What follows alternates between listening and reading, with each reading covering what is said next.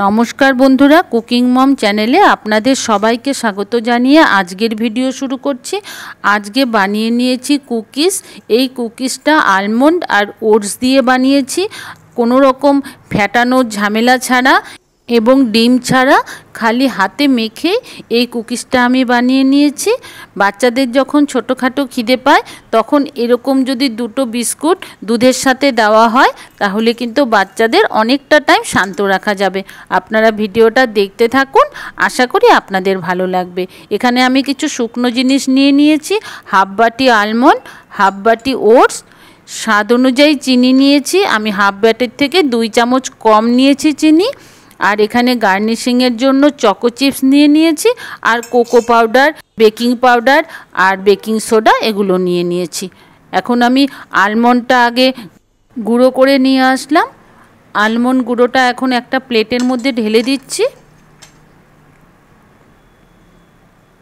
অল্প যদি কিছু গুঁড়ো না হয়ে গিয়ে থাকে তাহলে কোনো অসুবিধে নেই, খারাপ লাগবে না কুকিজটা খেতে।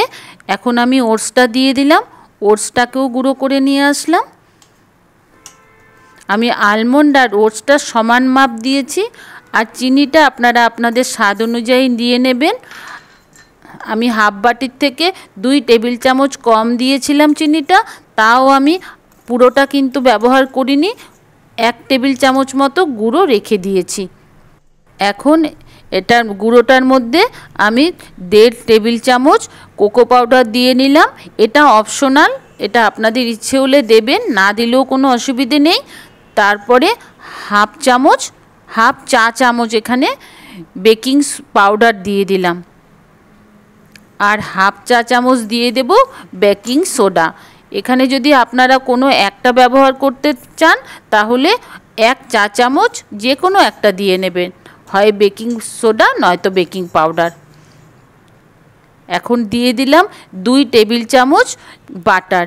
বাটারটা দিয়ে এখন এই শুকনো ইনগ্রেডিয়েন্টসগুলো ভালো করে মেখে নিতে হবে। বাটারটার সাথে এরকম ঝুরঝুরে করে একদম মেখে নিতে হবে, যেরকমভাবে আমরা ময়দাতে ময়াম দিই সেভাবে মেখে নিয়েছি।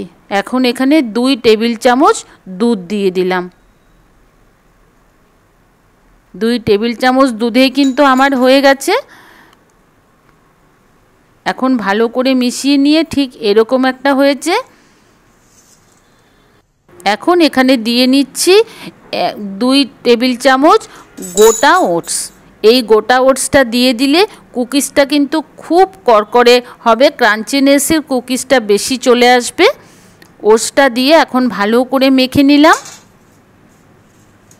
এখন আমি বেকিং ট্রে নিয়ে নিয়েছি, বেকিং ট্রেতে একটু অয়েল ব্রাশ করে দিলাম।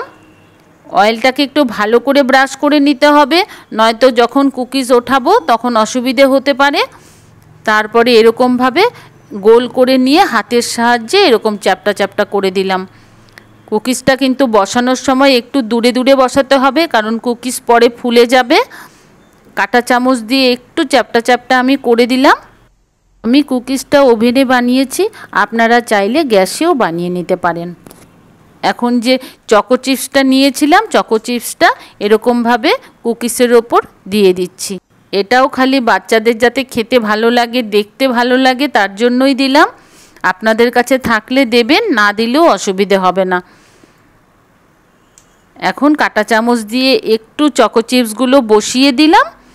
এখন নিয়ে গিয়ে 180 ডিগ্রি সেন্টিগ্রেডে 10 মিনিট প্রিহিটেড ওভেনে 10 মিনিটের জন্য বেক করে নিয়েছি।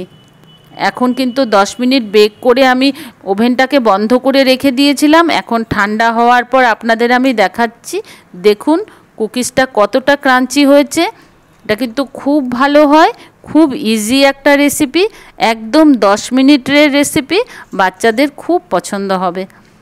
আপনারা বানিয়ে খেয়ে দেখবেন, ভালো লাগলে অবশ্যই আমাকে জানাবেন। ভালো থাকবেন, থ্যাংক ইউ।